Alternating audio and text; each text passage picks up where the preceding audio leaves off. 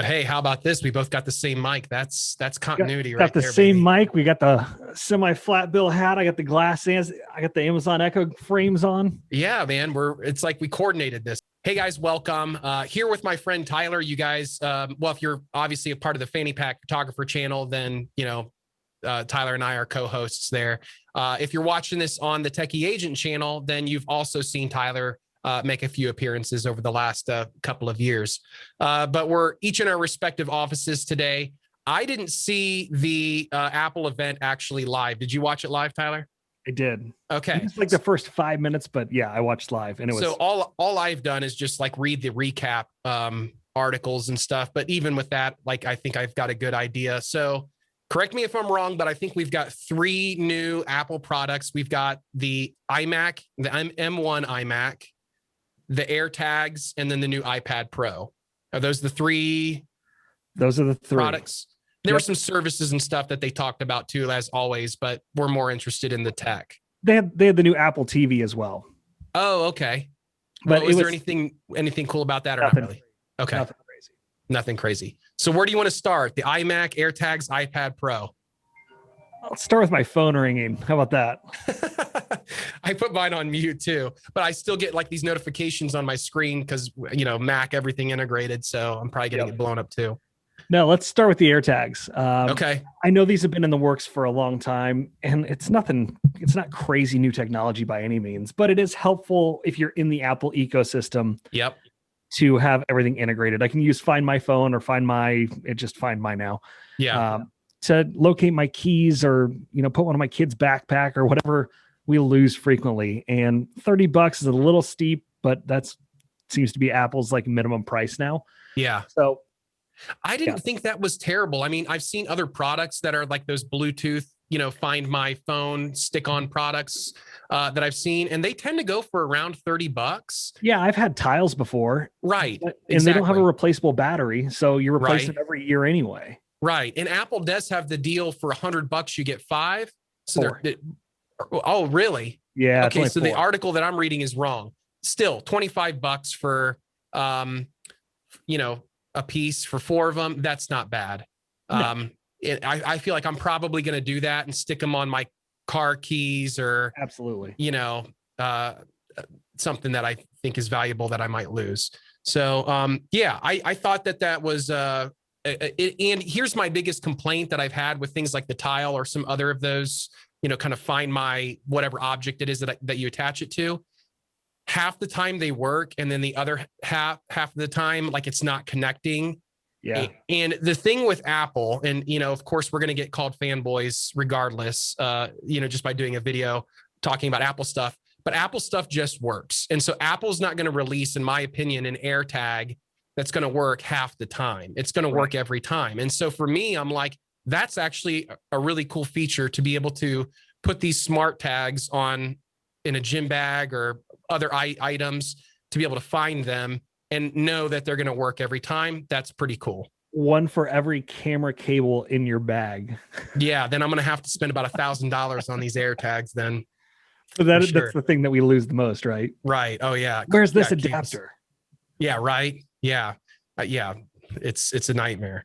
But I actually thought that's probably a very underestimated release from Apple. Like, I think that's actually a pretty cool product that they released. So I'm excited for that. But moving on to the iMac, I got super excited because after you and I got the M1 Mac Airs, I was like, my gosh, my iMac is so slow now when I'm processing video, or just the quickness of the Air was really stunning to me, right? Yep. So when I saw the iMac, I was like, sweet, I'm going to upgrade my iMac as well, process video faster. I'd even looked at options for a dock for my Mac Air to bring into the office, but I love the monitor associated with the iMac, and I haven't found anything that's that good. One thing that was really disappointing to me with the new iMac is that it's only a 24-inch screen. They did not release a 27 or a 32. Yeah. So I'm with you 100% on that. Yeah, I'm with you 100%. I mean, I think it's a good medium-sized monitor. Well, here are a couple of things. One, I have a iMac that I actually bought last year and just kind of used it. Actually, believe it or not, this iMac that I have, I think it's like a 6-core, 8-core i7s with 72 gigabytes of RAM. Like it's spec'd out. You used to carry that thing around in that little case. It's not even that one. It's one that I bought after that. So Okay. this one, and it's a 27-inch 5K screen. Beautiful computer. Love it. It's great. It is barely faster than my MacBook Air. Barely faster with all of this RAM, all of this computing power, barely faster. But I do like the screen. It's a 5K display. Right. I like you thought, wow, 24-inch display. Like I don't want to buy it because I feel like I would be going backwards in terms of the display quality. 100%. And it's a 4.5 K display. And again, like, am I going to be able to tell the difference between 4.5K and 5K? Probably not. No. But it seems to me, do you think that Apple is like going to be re-releasing like an iMac Pro, and then that will be the 27 and 32-inch screens? I think they have to. And I think it's probably going to be maybe a dual M1 or an M2 chip. Yeah. I don't know how that all works because I'm not that into the specs. I just know what works and what doesn't. And I haven't built a PC in probably 10 years. So, yeah. But yeah, I think that they will probably in their late summer release do the iMac Pro, probably do a new Mac Pro. Mm-hmm. And, yeah. I was excited for it. It looked really sleek, but then they came out with the new iPad Pro. And at first I was like, I don't need another iPad Pro. Mine's 2 years old or a year old. Yeah. And then they said it had the M1 chip, and I texted you and I went, oh, damn. Yeah.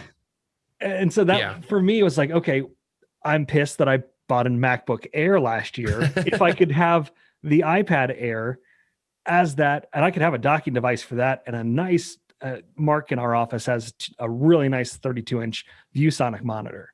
Yeah. Two of those on my desk with a dock to plug that into. Right. That's with the caveat like that I had sent to you via text, which was as long as it can run all of the applications that we need it to run. And it appears that like at the very least, it will be able to run some of Apple's native software, like Final Cut Pro, Logic, GarageBand. Like it may be able to do, like the desktop versions of those apps. But what about, Google Chrome? What about, some of the, what's that? Will it run this microphone? Oh, well, it will run it. Right. I mean, I think so. Now they upgraded the input, so it's not just USB-C, it's Thunderbolt as well. Yes. So I'm hopeful that it will run stuff like this because this microphone, you and I both have the Samsung Q9U, incredible mic for the money. Yeah. But I can't plug it into my stupid iPad directly with the USB-C cable that it came with. Oh, really? Okay. I haven't tried that with this one. I've plugged it directly into my MacBook, but I haven't tried it into the Works iPad. Fine on the MacBook Air. Okay. Will not work on the iPad. It crashes the camera every time. Okay. So you basically still have to use like an audio interface if you want to, and then use an XLR. Okay. Yeah. So yeah, that's some of the questions I have is like those compatibility type of issues with the iPad. I mean, I'm looking here at the price. It says the 11-inch iPad Pro starts at $1,000, $999. The 12.9-inch version will jump to $100 more, which, I mean, if it does run a lot of software natively, then we finally, for the first time, have an iPad that can legitimately compete then with the MacBook or a laptop computer. Right, because you can use the Magic Keyboard with it. Right. You don't have to have the keyboard case. You can use a true, and I use a Logitech, which works really well because it's solar powered and never dies and has the numbers on it. But I also use the Magic touchpad. Or trackpad. I don't use the Magic mouse. Yeah. Okay. I like being able to 4-finger scroll between apps, and it just, for me, is more comfortable. Yeah. So yeah, I think those concerns are very valid. Can it replace my laptop? Yeah. Right now, if it can't do this and plug a microphone or a peripheral into it, like it's still just on that edge. Yep. And that's where I've been with these releases, minus the AirTags with the iPad Pro and the new iMac. I'm like, oh, so close. You almost got it right. Like if it would have been 27 inches or 32 inches, yep, then I might be there. Or if it had been an M2 processor, like an upgraded version of the M1, then you probably would have had me. But again, on the On the iMac, disappointing. I think it was USB-C only on the back. I think, yes, I So believe you're welcome correct. to Dongle City again. And it's Yep. just like, I don't need more crap on my desk, Yeah. you know, And just that's to the one interface. thing with the iMac, right? It's going to be possibly a more professional user.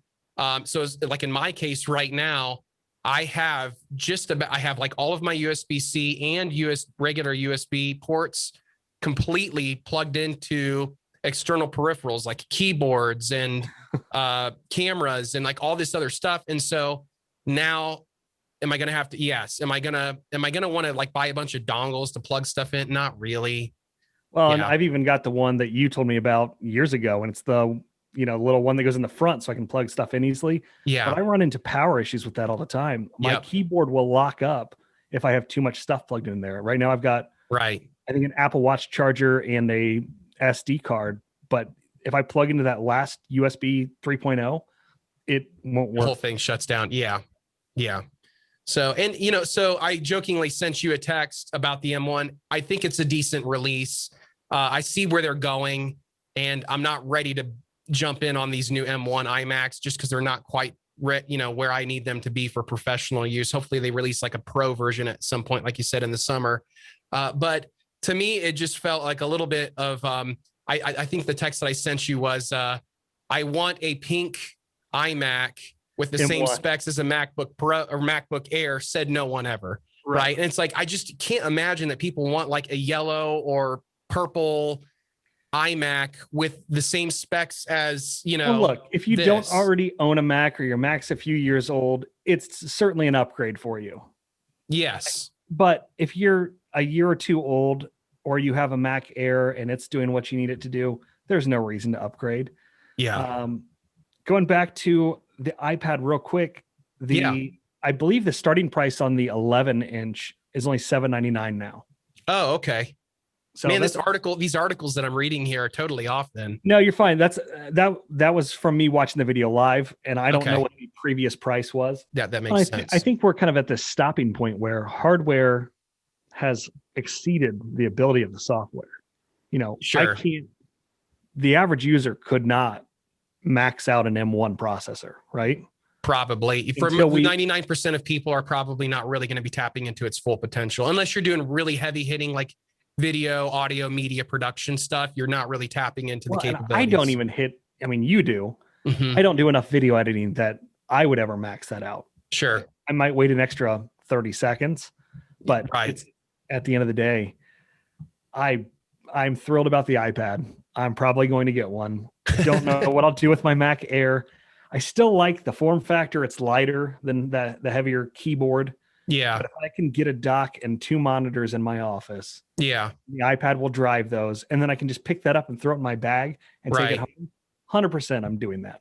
Yeah. And I think, so like you're someone that's definitely like has more meetings and you're more mobile. Like I'm much more stationary, like go out, shoot my video, do my thing, come back to like my studio or office space, edit in one spot.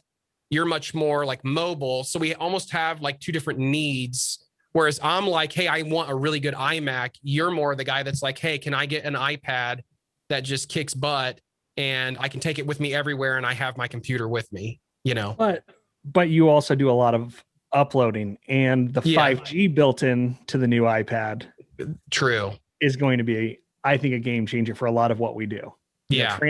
Transferring files. If you can run your photo editing software on there while you're on the go and hit upload to whatever, server you're sending it to, Dropbox or Google Drive or whatever, and it's ready by the time you arrive back. Now you can get into editing your videos or whatever it might be.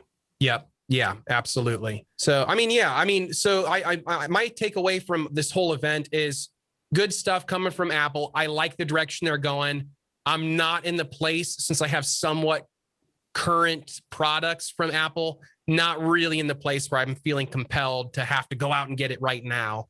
Even though I have that shiny, what do you call that? The shiny, Triple S, shiny shit syndrome. Yeah, there you go. So even though we both have that, even I don't have it bad enough where I feel like compelled to go out and buy any of their new products, but I like the direction they're going. And I can see like in the future, like, okay, yeah, I'm probably going to want to pick something up here on their next releases. Yeah, it's at Apple events are always expensive for me, right? And here's what's going to happen. I'm going to buy the AirTags and be thrilled with them. Yeah. I'm going to buy the new iPad Pro. Okay. And then I'm going to get pissed off at all of the limitations. Right. Yep. And think that next year is going to be different. Right. That is exactly what's going to happen. But I still will continue buying the products because they do work, like you said. Yeah. And except for the limitations. Yeah. I do want to highlight, and I think you told me about these, but Burger got me one of these, the Pocket Tripod. Oh yeah. So I gave you one of those too, maybe, or maybe I forgot to give it to you. You forgot to give it to me. I forgot to give it to you. Sorry. So now I've got one. Okay. Yeah. So I have one. I don't think I have it. I have it actually downstairs of this building, but yeah, I actually like that. It's great for setting up your phone. I mean, in 10 seconds, I've got a tripod. Exactly. You know what they're great for? They're just great to keep on your desk when you need to do like a Zoom call or something real quick with your phone. You just need your phone set up right there. Well, I've got way too many because I've got the, the bigger stand for the iPad. I got that. Yeah. We're too much alike, bro. Like I got the same thing right here. So yeah. And I've got the one that's the fast charge wireless charger as well. Okay. Yeah. Yeah. So yeah, well, good luck with your purchase there. Sometimes the way that it works is one of us goes out and kind of like buys the product first. And then we come back singing the praises of the product. And then like, I think I went out and got the M1, maybe. Did I get the M1 first? You did. And then I was like, holy shit, this is amazing. And then you went and got it and you're like, oh my gosh, this is amazing. You're probably going to go get the new iPad. And my fear is that you're going to come back and be like, dude, it can run Final Cut Pro and it can do this and it can do that. And I'm going to be like, oh man, now I want to get one, Yeah, if I can figure out the monitor situation and the microphone situation, those are my two big concerns. Sure. What monitors? Because I'm not going to go get that Pro XDR display. That's $5,000. Yeah. Right. Which is crazy. Yeah. I'd buy a TCL TV before I. Well, and at that point, you're kind of getting into the law of diminishing returns. Super cool. Yeah. If money was no object, sure, I would buy it. Oh, I got my coworker saying later. So waving to him.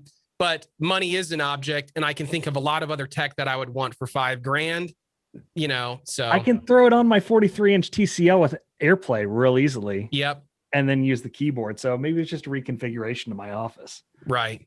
Yeah. So yeah, I'm with you on that. Keep you posted. We'll do an update once I get that. Yeah.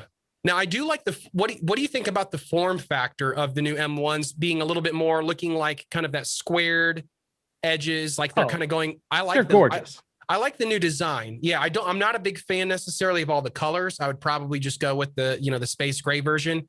But looking at it here on my iPad, I actually do like the design that they're coming up with here. Yeah, I think the form factors, it's gorgeous. I was a little disappointed they still had a bottom bezel like they do. I am surprised that they did that. I don't know if that's to support. I'd rather it be thicker. Right. I'd rather be a thicker device, but then have that, unable. Sorry, my freaking phone's ringing again. It is on Do Not Disturb, but now it's ringing in my. Well, I can't even hear it through the video, so you're all good. Ringing in my Echo glasses. Oh yeah, I saw that you had those Echo glasses. Are those sweet? They're pretty sweet. I like them. Battery life on them is great. I just took them off for the video because the glare or the glare off the light. But no, I like them. You can listen to music, listen to podcasts, make phone calls, add reminders. I have it, syncing with Google Calendar. Yeah. So they're not augmented reality, right? It's just clear glass, but then you've got Alexa built in. Yeah. And I bought off of Amazon, I bought transition lenses for them. So they act as my sunglasses too. Okay. Because I was like, cool. I don't want to keep switching back and forth. But yeah, they're a little gimmicky. I did a video on the Agent After Hours channel. I'll check it out. And it was just talking about the future of real estate showings. Oh wait, no, I watched that video. I did watch that video of yours. Yeah, I think you're right. I think once augmented reality is incorporated with that technology, it's going to be a game changer. Yeah, give me a heads up display. That's right. Yeah. Then I can see notes and everything else in the display. Yeah. Right. Sure. How are the speakers? Like, do they sound pretty quality? Yeah, they're really good. And the microphone on it's really good for Bluetooth. Okay. So, yeah, I should have hooked it up to the computer and then I could have gotten rid of this mic and showed you what they sound like. But no, it's a little on the tinny side. Sure. but very, very clear. There's no bass to it at all, but very clear. Okay. On both the speaker and the microphone. Okay. That's cool. How expensive do they run right now? I want to say they're like $250 or $299. Okay. So expensive, but not like Google Glass where it was what, $1,000 or more? Right. Yeah. Okay. I'll probably look forward to version 2.0. Right. Yeah. Or augmented reality. Like if it's the second that augmented reality becomes like really practical, like where it just works, or you can just, there's a lot of apps built around it. Like that's right. I'm all in on that. To the point that you're making in your video, like when you could go tour a home and have all the information just like literally flashing up on your eyes, you know, like those heads up displays where you can just see the square footage of a room. Yeah, if I can see square footage of a room or dimensions, or, you know, I have the lockbox info or whatever it might be. And, you know, hey, average time on market for the neighborhood. Yeah, there's so much you could do with AR. Right. So I think, you know, the next 5 years, we'll see that blow up. Yeah. Yeah, for sure. So, all right. Well, I like what Apple's doing here. I'm just not sold on it, but if you get that M1 iPad Pro and it's a game changer, you'll have to let me know. It's not even a game changer because I have a MacBook Air that already does that. And it's like, sure, but I just want everything on one device. It does go up to 2 terabytes now, which is nuts. Yeah, that's awesome. I won't be buying that model because I store everything in the cloud. Yeah. Well, plus Apple just kills you on storage prices. So yeah, I mean, that's why like anymore, especially because I'm updating like computers, like on a yearly or biannual basis. It just feels like at this point, right?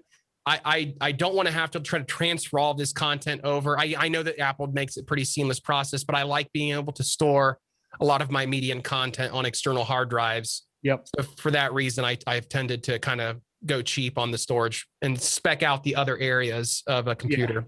Yeah. I didn't. One of the things I did not see, I know it's running the M1, but I did not see how much RAM it has.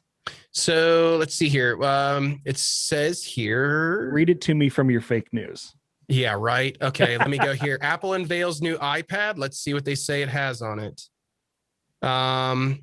It's got the new, it does have the new HDR Dolby Vision like camera on it, which we love on the on the new iPhone 12. That was one thing that was really, really cool on the Apple TV. Okay. It syncs with your phone. You hold your phone up to the TV and it will read the image or the color correcting. It will read the colors coming from your TV and your room's color. Okay. And basically make the settings for the TV perfect. Nice. Which, you know, if you talk to Mark, he spent like $400 for a guy to come set up his OLED to tune properly. It basically. Right. And now they're doing it using AI learning, if you will. Right. So okay, I got your information here on the iPad. It says here that it's 16 gigabytes of memory and the storage on it is 2 times faster with up to 2 terabytes capacity. So 16 gigabytes of memory. That's not bad. Well, and on the M1, it's like 16. I think these new MacBooks cap at 16 gigabytes. I think that's like I don't recall. I don't remember seeing a 32 option. It was either I don't think either a 7-core or 8-core. Right. And they're giving you, I think, that option on the iPad as well. I think they're giving you the option of what's it say here? They're saying they're giving you the 8-core CPU design. Yeah. Cool. Yeah. Mark and I were talking earlier on how we're like, $1099 seems relatively cheap. I was like, yeah, I think I spent like $1,800 last time.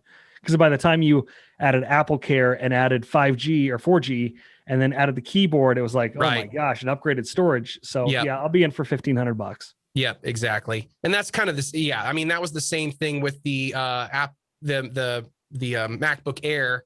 They had their base model, which was, what was that? $899, $999. $999. I think we spent $250 extra for more storage and the upgraded processor. Core, yeah, because that upgraded core, I think, gave you like the extra core on the graphics side for processing, which I thought was important. So yeah. Cool. Well, very cool. Well, I'll give the update next month. Yeah, right. We'll do an updated video. So, well, I think that's all I got. You got anything else for everybody? No, that's what I got. All right. Well, there you have it, guys. Again, watching on one or two different channels, Fanny Pack Photographers or the Techie Agent channel. Appreciate you guys tuning in. My name's Eric. I'm the Techie Agent. I'm Tyler. Thanks for watching. There we go. Awesome, guys.